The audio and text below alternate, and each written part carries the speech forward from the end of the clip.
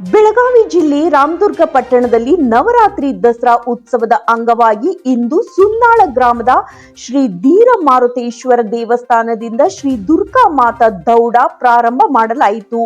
ದೌಡಿಗೆ ಚಾಲನೆ ನೀಡಿ ಮಾತನಾಡಿದ ಮಲ್ಲಣ್ಣ ಯಾದವಾಡ್, ಹಿಂದೂ ಧರ್ಮ ಸಂಘಟನೆ, ಹಿಂದೂ ಧರ್ಮದ ಜಾಗೃತಿ ಬಗ್ಗೆ ಇದೊಂದು ವಿಶಿಷ್ಟ ಕಾರ್ಯಕ್ರಮ ಆಗಿದ್ದು ಎಲ್ಲರೂ ಇದರಲ್ಲಿ ಪಾಲ್ಗೊಂಡು 10 ದಿನಗಳ ಕಾಲ ಈ ಕಾರ್ಯಕ್ರಮವನ್ನು ಯಶಸ್ವಿ ಮಾಡಬೇಕೆಂದು ಹೇಳಿದರು.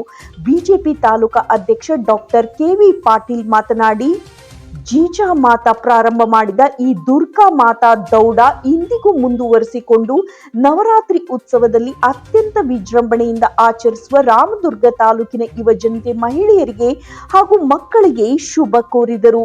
ಪ್ರತಿದಿನ ನಡೆಯುವ ಕಾರ್ಯಕ್ರಮಗಳಲ್ಲಿ ಎಲ್ಲರೂ ಜಾತಿ ಭೇದ ಮರೆತು ರಾಜಕೀಯ ಮಾಡದೆ ಭಾಗವಹಿಸಬೇಕೆಂದು ಕರೆ ನೀಡಿದರು.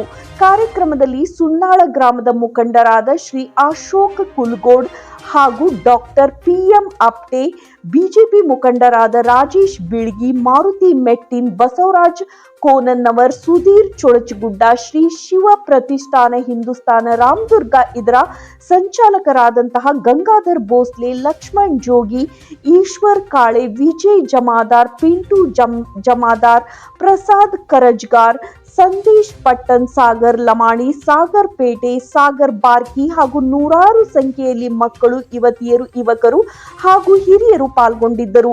ನಾಡಿನ ದೌಡ್ ಕಾರ್ಯಕ್ರಮ ವಡ್ಡರ ಓಣಿಯ ಶ್ರೀ ಮಲ್ಲಮ್ಮ ದೇವಸ್ಥಾನದಿಂದ ಬೆಳಗ್ಗೆ ಸರಿಯಾಗಿ 6 ಗಂಟೆಗೆ ಪ್ರಾರಂಭ ಮಾಡಲಾಗುವುದು ಎಂದು ಸಂಚಾಲಕರು ತಿಳಿಸಿದ್ದಾರೆ.